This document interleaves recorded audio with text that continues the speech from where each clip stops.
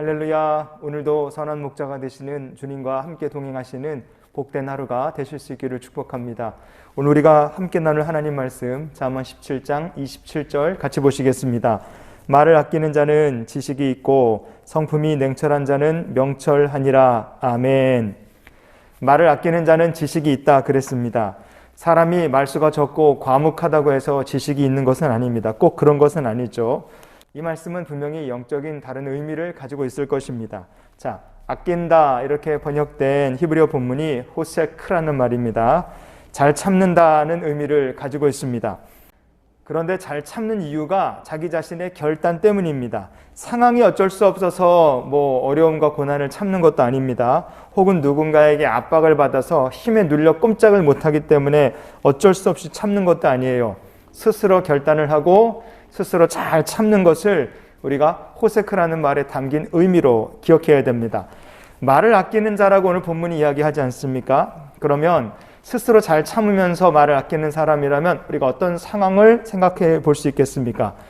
전능하신 하나님, 공평하신 하나님께서 지금도 우리 가운데 살아 역사하심을 믿습니다. 그래서 어제 살펴본 것처럼 의인에게 벌금을 때리면서 믿음을 박해하는 시대가 온다고 할지라도 말을 아끼는 자는 어떻게 살겠습니까? 할 말이 많지만 하나님 앞에서 아무리 억울한 일이 있어도 원망의 말이나 아니면 저주의 말이나 부정적인 말이나 불순종의 말을 스스로 아끼는 사람입니다. 하나님께 원망하지 않아요. 바로 이런 사람이 지식이 있는 사람인 줄 믿습니다. 여러분, 우리가 힘든 시대를 살고 있습니다. 그러나 하나님 앞에서 우리가 원망의 말이나 불평의 말을 쏟아넣는 것이 아니라 감사의 말, 찬양의 말, 그리고 주님을 향한 신앙의 고백을 하나님 앞에 들을 수 있는 성도가 될 수 있기를 원합니다. 호세크, 참으로 스스로 하나님 때문에 절제할 수 있고 인내할 수 있고 잘 믿음을 지킬 수 있는 저 여러분 될 수 있기를 주님의 이름으로 축원을 드립니다. 예레미야서 14장 10절 말씀을 보세요. 여호와께서 이 백성에 대하여 이와 같이 말씀하시되 그들이 어그러진 길을 사랑하여 그들의 발을 멈추지 아니하므로 여호와께서 그들을 받지 아니하고 이제 그들의 죄를 기억하시고 그 죄를 벌하시리라 하시고. 아멘. 이 호세크라는 말은 말만 하나님 앞에서 삼가하고 절제한다는 것이 아니라 행동도, 언행심사도 하나님 앞에서 삼가하고 절제한다는 뜻을 가지고 있습니다. 이스라엘 백성들이 바벨론의 포로로 끌려가는 심판을 받게 된 이유가 무엇일까? 그들이 어그러진 길을 사랑했습니다. 우상 숭배로 죄악으로 가는 길, 그 길의 발걸음을 이스라엘 백성들이 멈추지 않았습니다. 발을 멈추지 않았다. 이 예레미야서에서 말하는 이 본문 내용을 보면 이 멈추지 않았다는 말씀이 하사쿠라는 말입니다. 가야 할 길, 가지 말아야 될 길을 잘 구분해야 되고 가야 될 길은 계속 가고 가지 말아야 될 길은 멈출 수 있는 성도가 되어야 됩니다. 바로 그것이 호세크, 오늘 본문에서 말하는 말을 아끼는 자고 발걸음을 멈추는 성도가 바로 하나님 앞에서 지혜롭고 지식이 있는 성도인 것입니다.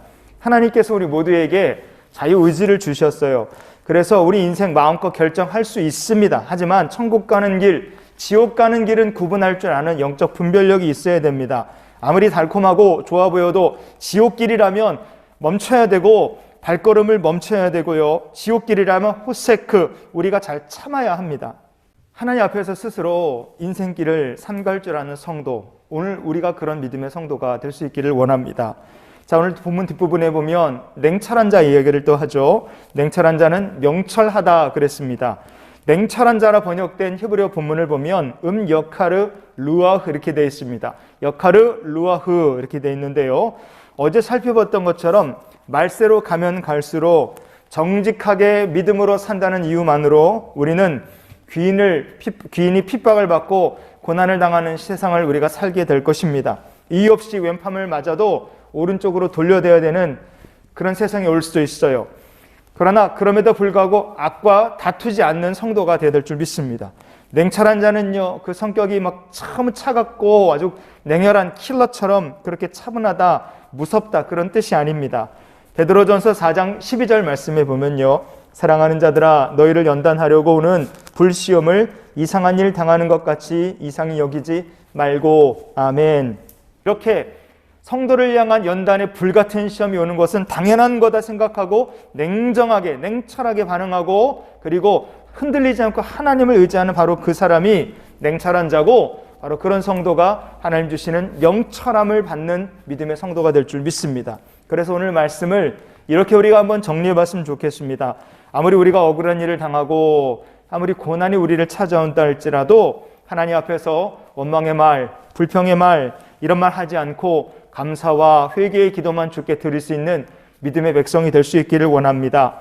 우리를 연단하기 위해 불같은 시험이 찾아온다 할지라도 당연히 그래, 당연히 그렇지, 그래서 당황하지 말고 두려워하지 말고 더욱더 하나님을 의지하는 믿음의 성도, 냉철한 자가 되어 명철을 받는 저 여러분이 될 수 있기를 원합니다.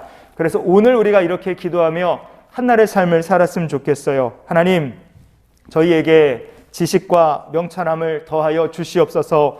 우리를 연단하는 불같은 시험이 오고 마귀의 역사가 우리를 향해 다가온다 할지라도 능히 승리할 수 있도록 주님께서 오늘도 우리와 함께 동행하여 주시옵소서. 이런 소망 가지고 지금도 살아계시는 전능하신 주님과 오늘 하루의 삶을 동행하는 저 여러분 될 수 있기를 예수님의 이름으로 축원을 드립니다.